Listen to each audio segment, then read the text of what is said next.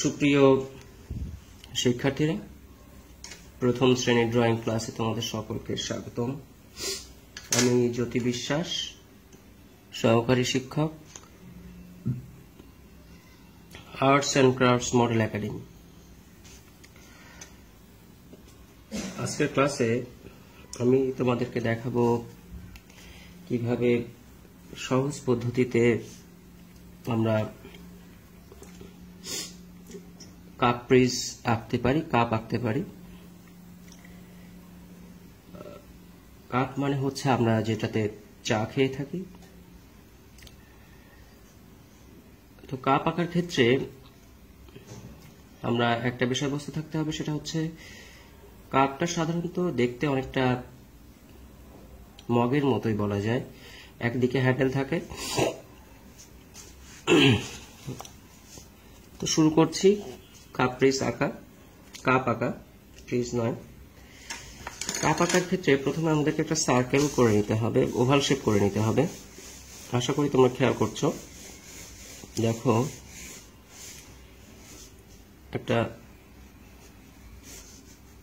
একটা oval shape করে নিলাম।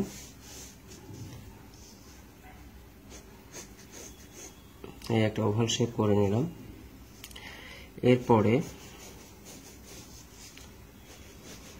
আমি এভাবে দাগ দিলাম।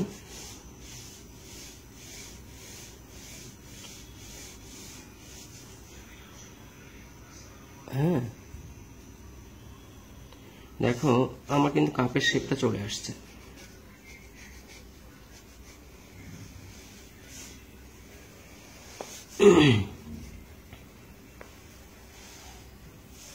দেখো কাপের শেপটা আমার চলে আসছে।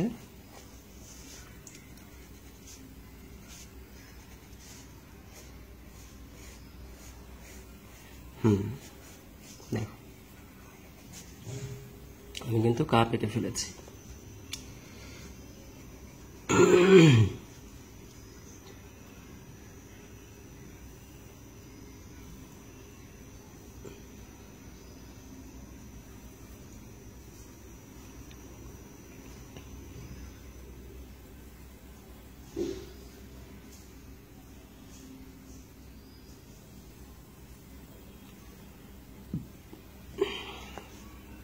কাপ আঁকা কিন্তু শেষ। আবার খেয়াল করো, এই যে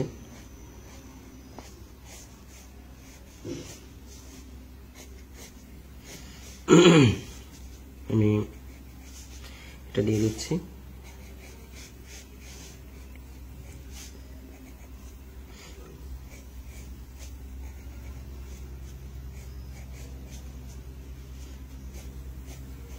একটা ফুলের ছবি এঁকে দিচ্ছি।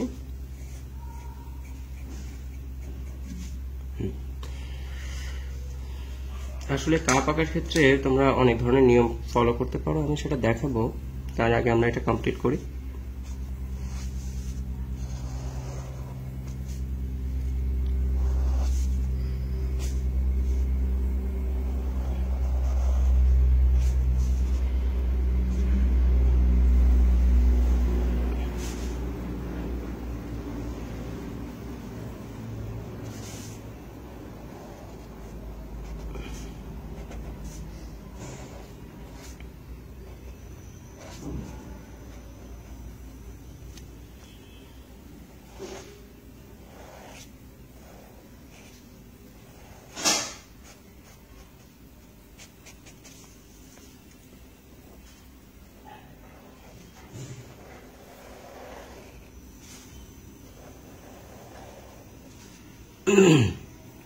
হ্যাঁ, আমরা কিন্তু কাপটা এঁকে ফেলেছি। এবার আমি একটু ক্যামেরা ঘুরিয়ে দেখিয়ে দিই তোমাদের কিভাবে কাপটা আমি এঁকেছি।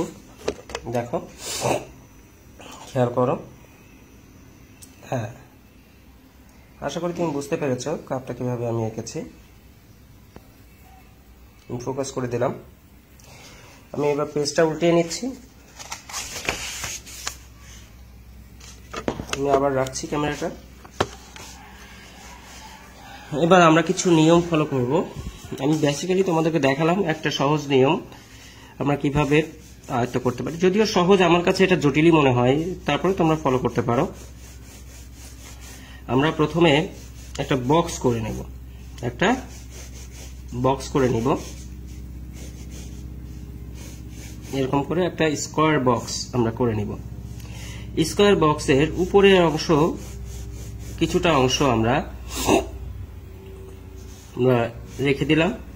এবার এখান থেকে আরেকটু নিচে আমরা এখানে একটা বক্স করব, দেখো।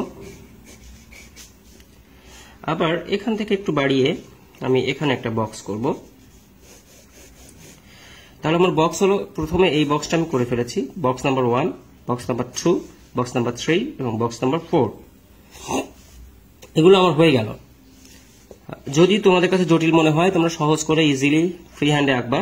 আমার কাছে মনে হয় যে এরপরে তোমরা এখানে একটা সার্কেল, ওভাল শেপ করার চেষ্টা করবা, ঠিক এর ভেতরটায়, এর ভেতরের অংশে।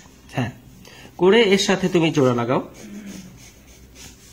জোড়া লাগানোর পরে এখান থেকে একটু তুমি গোল করে দাও, দেখো আমিও করেছি, হয়ে গেল।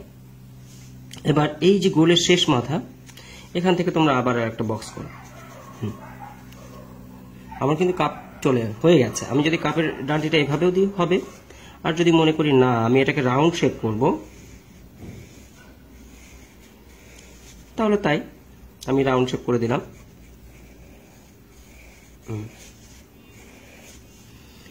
আশা করি তোমরা বুঝতে পেরেছো। দেখো আমি এটা ফ্রি হ্যান্ডে যখন ড্রয়িং করছি তখন কি দাঁড়ায়। বক্স নাম্বার 2-তে আমরা কি করব, একটা ওভাল শেপ করব। তাহলে তাই করেছি আমি। বক্স নাম্বার 2-তে আমাদের একটা ওভাল শেপ হয়েছে। এবার এখান থেকে এই আসছে, এখান থেকে এই আসছে, দেখো। এবার আমি এখান থেকে এটা নিয়ে নিলাম,